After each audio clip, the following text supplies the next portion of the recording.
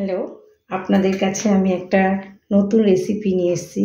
সেটা হচ্ছে সাবুর উপমা। আচ্ছা, এটা আপনারা একাদশী বা যদি পূর্ণিমা অমাবস্যা করেন বয়স্করা, তাহলে এই নিরামিষ আইটেমটা খেতে পারবেন। আচ্ছা, এবার আমি বলি কি কি লাগছে এর জন্য। প্রথমে 2 ঘন্টা সাবু ভিজিয়ে রেখে সাবুটাকে ঝরিয়ে দেবেন। তারপরে ছোট্ট ছোট্ট করে আলু কুটবেন। আচ্ছা, ক্যাপসিকাম কুটবেন, বিনস কুটবেন, গাজর কুটবেন, আর বাদাম দোকানের তো একটু ধুয়ে নিলে ভালো, তাই জন্য একটুখানি ধুয়ে বাদামটাকে ঝরিয়ে নিয়েছি।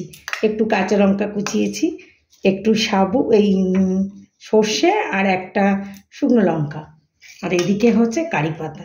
এবার আমি রান্নাটা স্টার্ট করব, আপনারা দেখুন। এবার সাদা তেল দিচ্ছি, এইটা আওয়াজ হবে।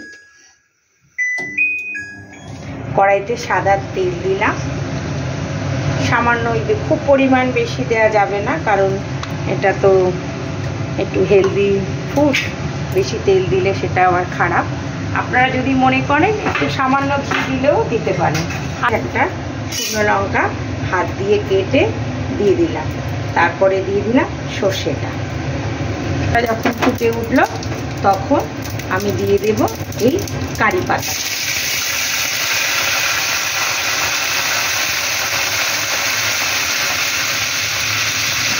এবার আমি দেব বাদামটা। এই বাদামটা লাল লাল করে একটু ভেজে নেবেন। বাদামটা যখন লাল লাল ভাজা হয়ে যাবে তখন আমি সামান্য নুন দেব। হলুদ চলে না, হলুদ দেব না, তাহলে দেখতেও ভালো হয় না, আর হলুদের প্রয়োজন নেই, কিন্তু একটু নুন দিয়ে দিলাম। বাদামটা এবার লাল লাল করে ভাজা হবে।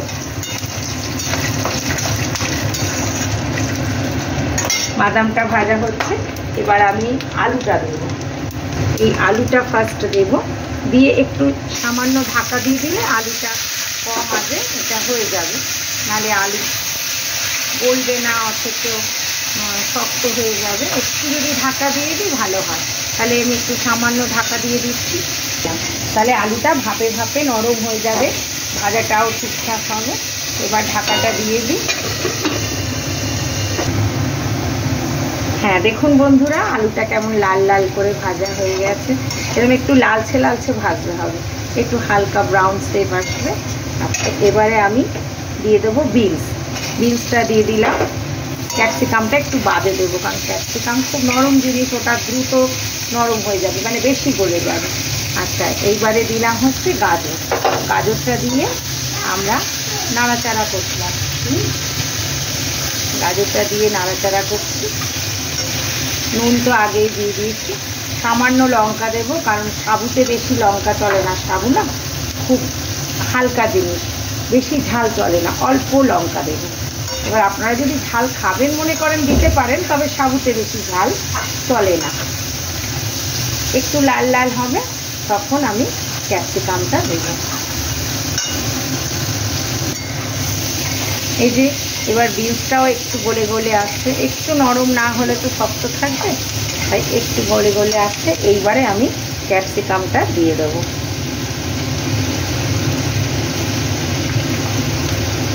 একটু ঢাকা দেবো, হালকা ঢাকা, যাতে একটু আবার নরম হয় সবগুলো, কারণ সাবু দেওয়ার পরে ওটা বেশি নাড়া যাবে না, সাবুটা গলে গেলে খেতে ভালো লাগবে না। সাবুটা একটু বেশ সলা সলা থাকবে, হ্যাঁ, তবে সাবুটা খেতে টেস্ট হবে। একটু এবার ঢাকা দিয়ে রাখি 5 মিনিট। ঢাকা দেওয়ার পরে আমি সাবুটা দেব।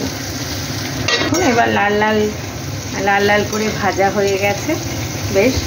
এইবারে আপনি ছড়ানো সাবুটা আপনারা দিয়ে দেবেন। এই যে ছড়ানো একদম শুকনো হয়ে গেছে, বেশ জলটা ঝরে, এটা এবার দিয়ে দেবেন। অল্প অল্প করে দেবেন, অল্প অল্প করে নাড়বেন। এটা আপনারা বাচ্চাদের টিফিনেও দিতে পারেন, কারণ বাচ্চারা না সাবু খেতে চায় না। হ্যাঁ, সাবু খুব হেলদি ফুড, বাচ্চারা টিফিন খেলে খুব আনন্দ পাবে। আচ্ছা, এটা যদি আপনি দিবেন, দিয়ে নাড়বেন। এবার সামান্য মিষ্টি দেবেন, একটু মিষ্টি মিষ্টি না হলে আমার ভালো লাগবে। আর যারা ঘি খাবে মনে করবে তারা কিন্তু ওই সাদা তেলের সঙ্গে একটু সামান্য ঘি মিশিয়ে দেবে, কারণ আমার ঘি চলে না আর কি, ওই জন্য আমি ঘি ছাড়া করলাম।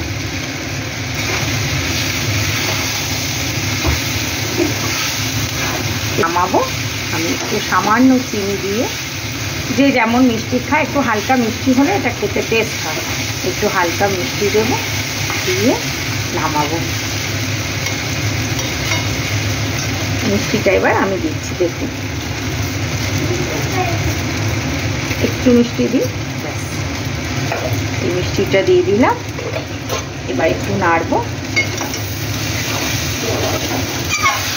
এখনো যদি মনে করেন একটু ঘি ছড়িয়ে দেবে, তাহলে আপনারা এর মধ্যে একটু ঘি ছড়িয়ে দিতে পারেন।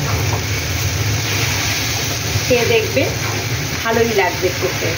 হ্যাঁ, কারণ উপোস তাপাস করলে কি খাবো, পেটটা ভরে না, এতে আপনার পেটটাও ভরবে এবং স্বাস্থ্যের পক্ষে খুব ভালো। আপনারা খেয়ে দেখবেন বন্ধু, এটা খুব টেস্টি জিনিস এবং খেতে খুব ভালো লাগবে। ধন্যবাদ সকলকে, রাখছি।